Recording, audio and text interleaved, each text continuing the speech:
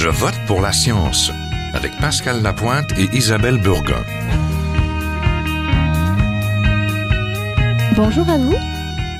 Le brise-glace de recherche Amundsen, et donc les chercheurs à son bord, a visité 14 villages du Nunavut, dans le nord du Québec, du 19 août au 5 octobre dernier. L'objectif de ce voyage était de dresser un portrait de la santé physique et psychologique des résidents du Nunavik. 2000 Nunavik-Mutes, sont les résidents du Nunavik, sur une population totale de 10 700 personnes, ont donc été questionnés, auscultés, écoutés pour savoir, après la première étude du genre, si leur santé s'était améliorée. La première étude de 2004, baptisée Anupitat 2004, Comment allons-nous?, avait montré que la population présentait un fort taux d'obésité, de consommation de psychotropes et de tabac, de mauvaises habitudes alimentaires, mais aussi un manque de nourriture chez une personne sur 4 et un manque d'activité physique. Chez les femmes, les chercheurs avaient constaté des carences en fer, une forte hausse de l'obésité et des problèmes d'insuline, mais aussi une grande prévalence de la violence. Et chez les jeunes, il y avait eu une forte consommation d'alcool et de drogue et de nombreuses tentatives de suicide. Comment se porte la santé des Inuits en 2017? Cette nouvelle étude du nom d'Anupitat 2017, Comment allons-nous maintenant?, veut documenter tout ça.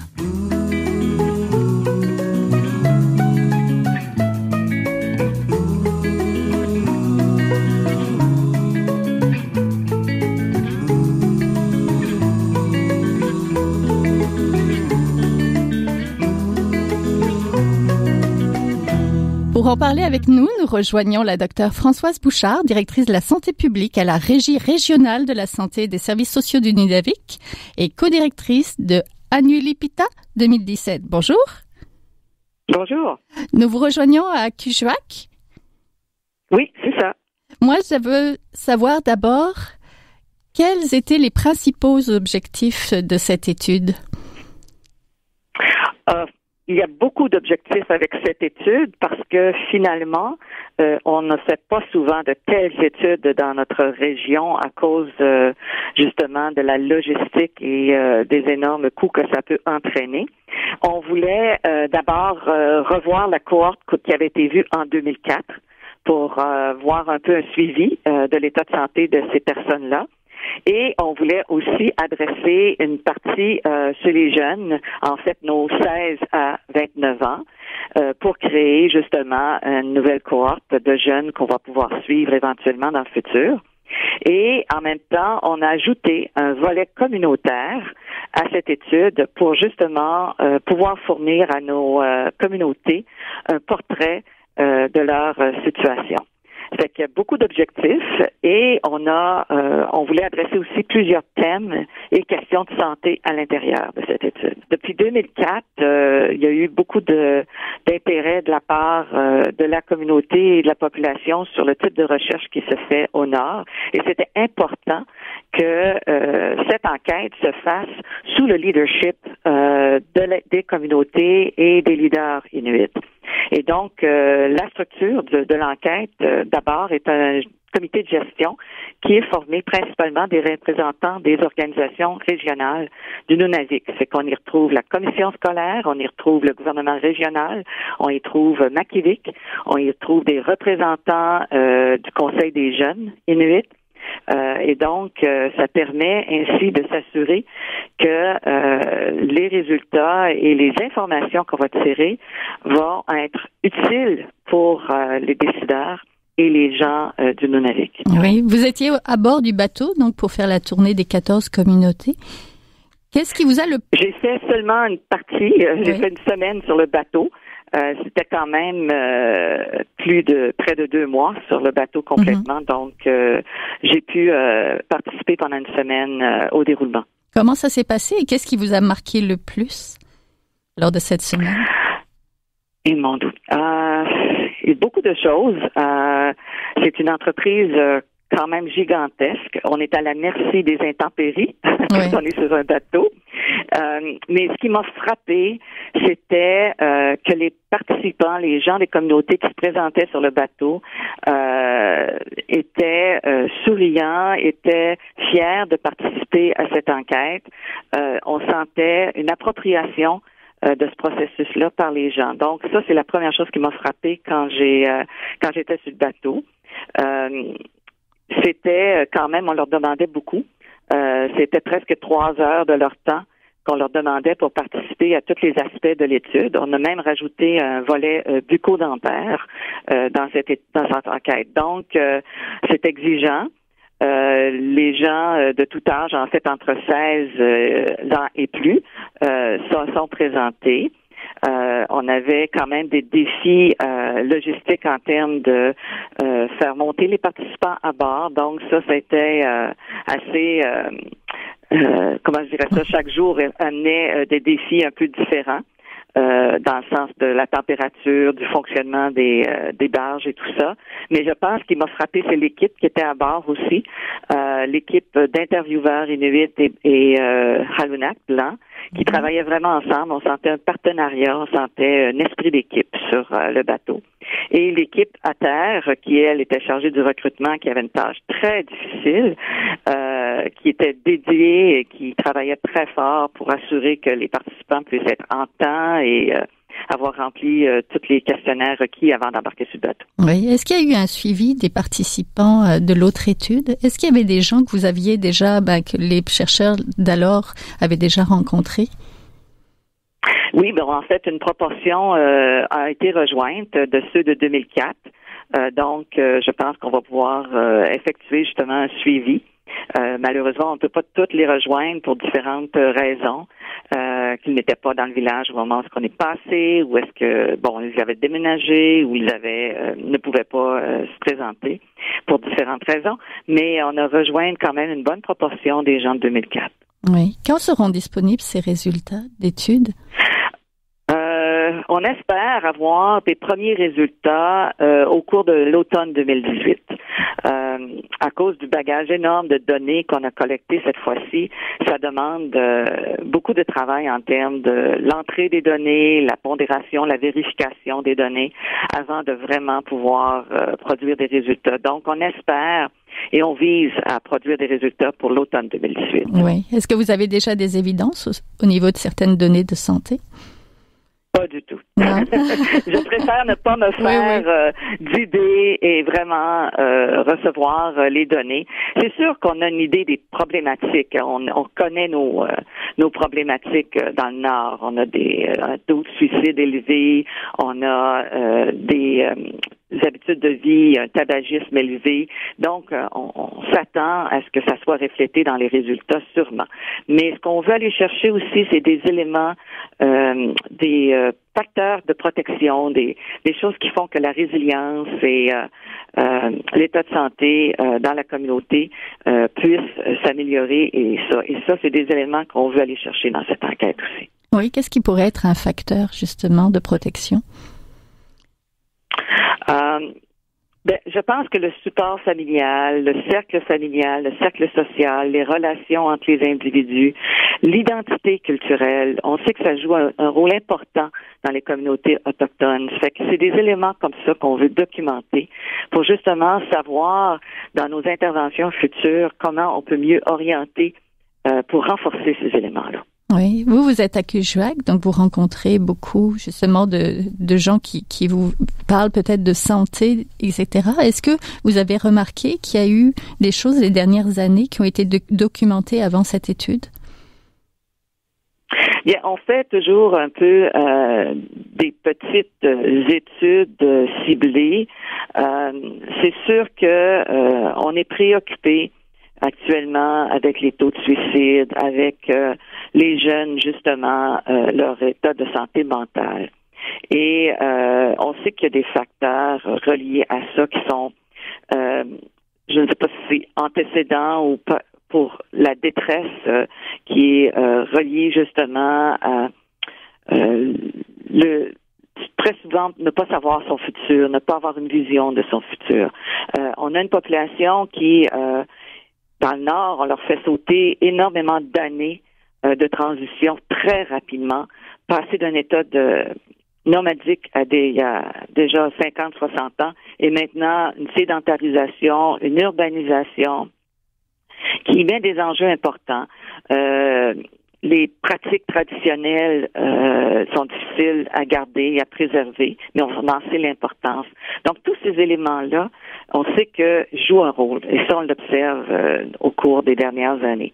Mais comment qu'on adresse ça? Déjà, des efforts sont faits, mais est-ce qu'on peut améliorer ces efforts-là? Travailler avec les communautés vraiment qui veulent s'engager justement dans leur communauté, à rallier les gens autour d'objectifs. Fait que c'est plein d'éléments comme ça qu'on observe et ce qu'on veut, c'est vraiment fournir des outils, des résultats, de l'information aux personnes qui peuvent agir. La première étude soulignait qu'il y avait 1 personne sur 4 qui n'avait pas accès à suffisamment d'aliments. Est-ce que vous sentez que ça a un petit peu évolué? Est-ce que l'accès aux aliments s'est un peu amélioré? Est-ce qu'ils sont aussi des aliments santé, comme on l'entend ici dans le Sud, mais peut-être que dans le Nord, c'est différent?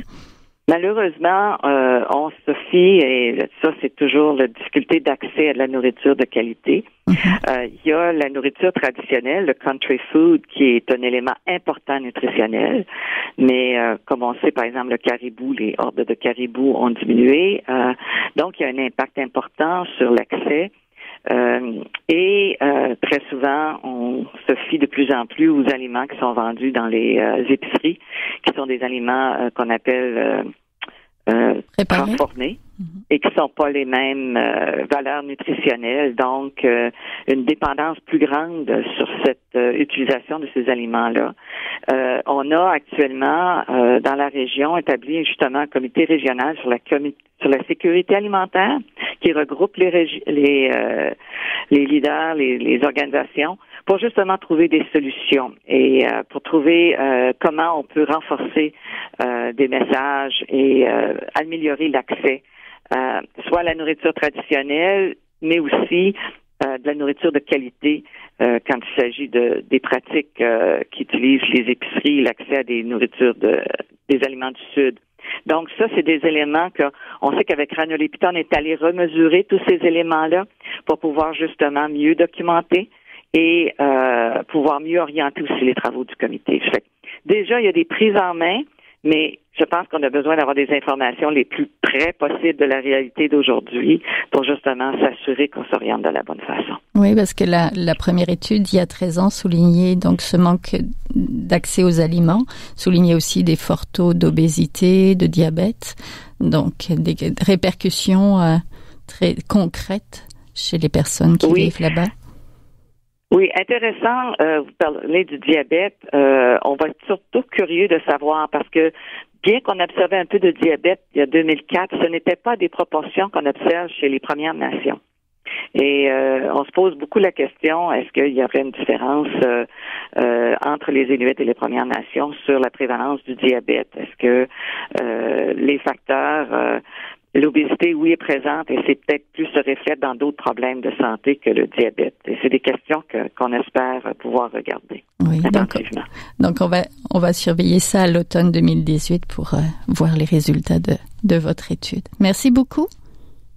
C'est moi qui vous remercie. Donc on était en compagnie de la Dr Françoise Bouchard, directrice de la santé publique à la Régie régionale de la santé et des services sociaux du Nunavut. Merci.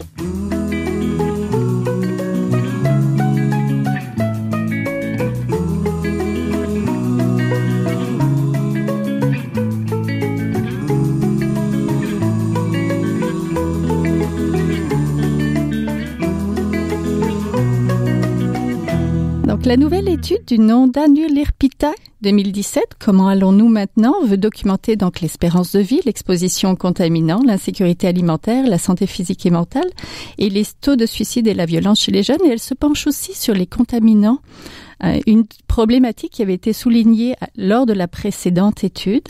Nous en parlons maintenant avec le toxicologue Pierre Ayotte, professeur à l'Université de Laval au département de médecine sociale et préventive et chercheur associé à l'Institut national de santé publique du Québec. Bonjour. Bonjour, madame. Que connaissons-nous donc de la santé des Inuits?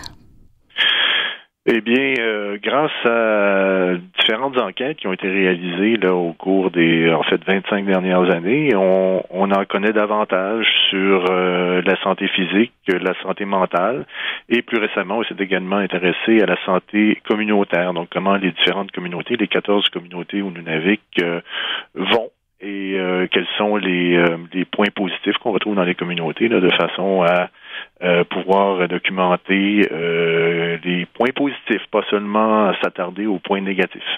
Est-ce que c'est difficile d'avoir des données sur la santé des Inuits?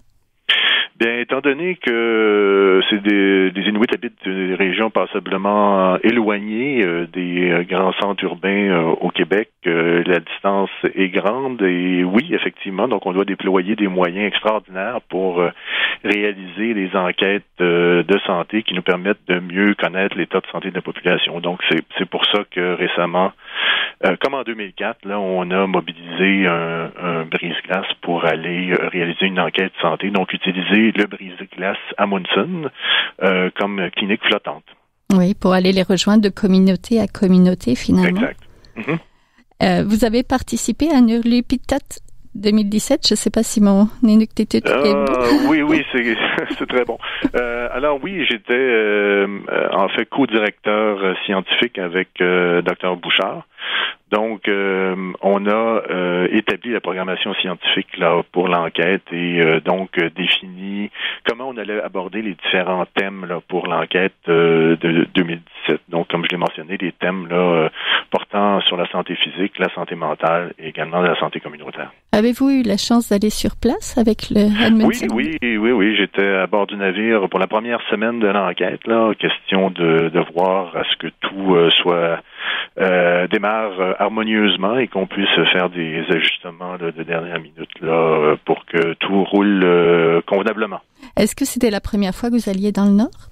Non, pas du tout. J'ai quand même plusieurs années d'expérience en recherche en milieu nordique.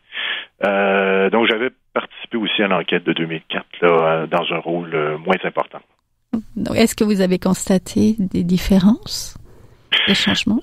Ben, c'est assez dur à dire pour moi, étant donné que on est en train là en fait de saisir les données de l'enquête. Donc, on a amassé des données par questionnaire. Également, il y a des analyses de laboratoire là qui sont en route pour différents paramètres biochimiques en lien avec la santé physique, diabète, maladies cardiovasculaires, etc.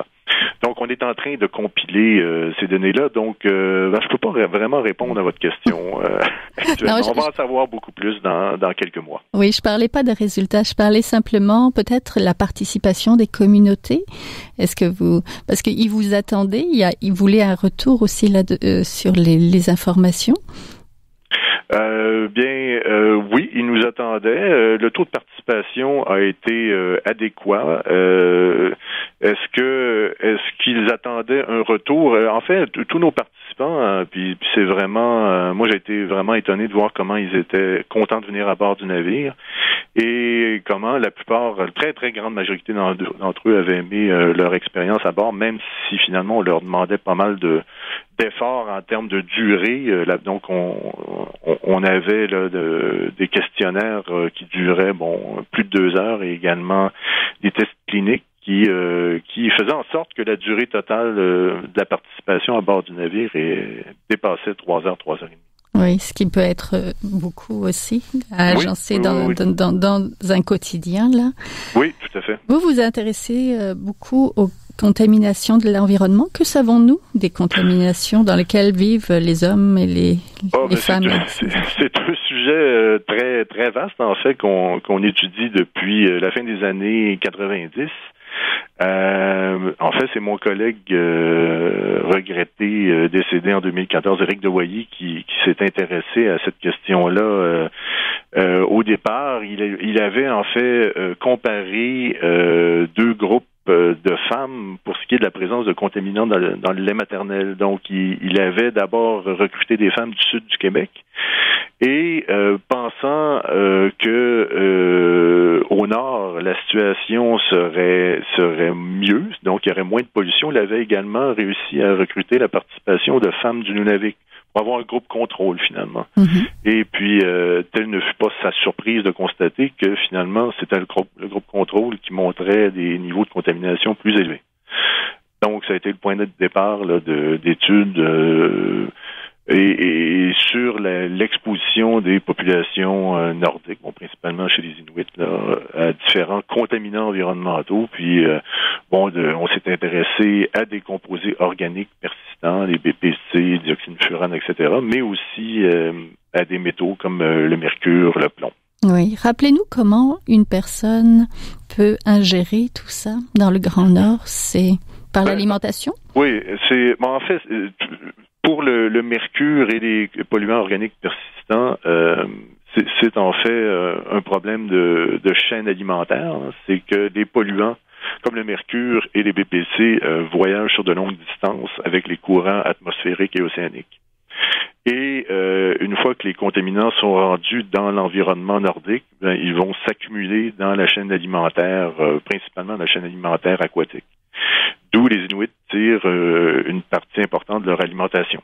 Et typiquement, on va retrouver des concentrations plus élevées dans les espèces qui sont tout au haut de la chaîne alimentaire. Oui, là, on parle de poissons, mais on parle surtout de mammifères marins, je pense. On parle surtout de mammifères marins, effectivement. Donc, les Inuits consomment des mammifères marins, notamment le phoque et le beluga. Et le beluga, ils consomment la viande, mais surtout, il y a une friandise là, qui est la peau de beluga, qui est très prisée par les Inuits. Donc, ils en consomment beaucoup. Et la peau de beluga contient un peu de contaminants, mais contient aussi des éléments dont on pourrait parler aussi, des éléments bénéfiques pour la santé. Donc, quand on parle de contaminants, on n'aborde jamais le sujet seul, on amène toujours aussi la dimension des nutriments, de la valeur nutritive des aliments qu'on dit traditionnels, là, mais les aliments qui viennent de la chaîne alimentaire arctique et qui possèdent également des points très positifs, tant pour la nutrition que pour la culture inuite. Oui, parce qu'avec la docteure Bouchard, on a parlé d'insécurité alimentaire. Il y a dans la première étude, 1 personne sur 4 qui ne s'alimentait pas assez, qui n'avait pas accès à assez de nourriture. Exactement. Donc, on n'avait qu'une seule question lors de l'enquête de 2004 et c'est justement un point très important qu'on a abordé et pour lequel on va avoir beaucoup plus d'informations en 2017 parce qu'on a utilisé des outils plus élaborés pour mieux comprendre ce qui se passait du côté de l'insécurité alimentaire. Mais c'est une préoccupation, effectivement. Il y a l'histoire des contaminants, mais il y a aussi le fait qu'une bonne portion de la population déclare ne pas avoir assez à manger. Oui. Quels sont les dangers identifiés par rapport au mercure, au plomb, au cadmium et leurs conséquences sur la santé des Inuits? Peut-être qu'on peut porter notre attention sur le mercure et le plomb. Le cadmium, c'est un métal qui, oui, est toxique, bien sûr, mais l'exposition vient principalement de la fumée de cigarette. Donc, on aime toujours le discuter séparément des autres contaminants auxquels on s'intéresse, là, parce que la source principale d'exposition chez les Inuits, c'est clairement le tabac. Oui. Et étant donné qu'il y a une très forte proportion de la population qui fume, donc si on règle le problème du tabagisme, donc on va aussi régler le problème d'exposition au cadmium. Donc après ça, on peut parler du mercure et du plomb. Le plomb, c'est essentiellement l'exposition des Inuits est essentiellement due à l'utilisation de munitions qui contiennent du plomb, donc des grenailles de plomb munitions avec lesquelles ils chassent, notamment les oiseaux. Et c'est parce qu'il reste des grenailles de plomb dans la viande qui est consommée que on a une exposition un peu plus élevée chez les Inuits comparativement, qui est toujours un peu plus élevée comparativement aux populations du Sud. Et donc là reste le mercure. Le mercure, c'est effectivement un contaminant qu'on suit avec attention dans cette population-là, comme dans d'autres populations, les niveaux d'exposition tels qu'on les détermine par des dosages sanguins. On peut également mesurer le mercure dans les cheveux. Donc, les résultats des analyses que l'on a réalisées nous indiquent qu'il y a une exposition quand même assez élevée au mercure dans cette population-là. On parle d'à peu près le tiers des femmes en âge d'avoir des enfants, en âge de procréer, et des femmes enceintes là, qui montrent des niveaux préoccupants. le mercure peut, lors de la grossesse, affecter le développement du cerveau du fœtus et donc causer des retards de développement du système nerveux. Maintenant, c'est une question qui est quand même assez controversée dans la mesure où c'est pas toutes les études où la relation a été examinée entre le mercure et le développement du cerveau fœtal qui montrent des effets délétères. Donc, dans certaines populations, on n'a pas observé ça. Alors que dans d'autres, par exemple aux îles Féroé, on a vu cette relation-là entre l'exposition prénatale au mercure et un développement moins optimal du cerveau fœtal. Oui. Donc on a hâte aux résultats des analyses qui seront disponibles à l'automne 2018, c'est bien ça? Oui, mais cette question-là de la toxicité du mercure pour le cerveau fœtal, on l'a pas examinée. L'enquête qu'on a réalisée là, en 2017, c'est une enquête chez des adultes, des jeunes et des adultes, mais on n'a pas spécifiquement regardé le développement là, de l'enfant. Ma collègue, j'ai une collègue à l'Université Laval qui travaille spécifiquement sur cette question et qui a une étude là, qu'elle mène maintenant depuis 20 ans là, sur cette question-là, dont elle pourrait vous parler davantage. Oui, peut-être dans une autre émission. Oui, alors. C'est ça. Je vous remercie beaucoup. On était en compagnie donc du toxicologue Pierre Ayotte, professeur à l'Université Laval au département de médecine sociale et préventive et chercheur associé à l'INSPQ et qui est co-directeur scientifique donc de l'étude Annual-Lipita 2017. Excellent, merci de m'avoir invité. Merci à vous. Au revoir.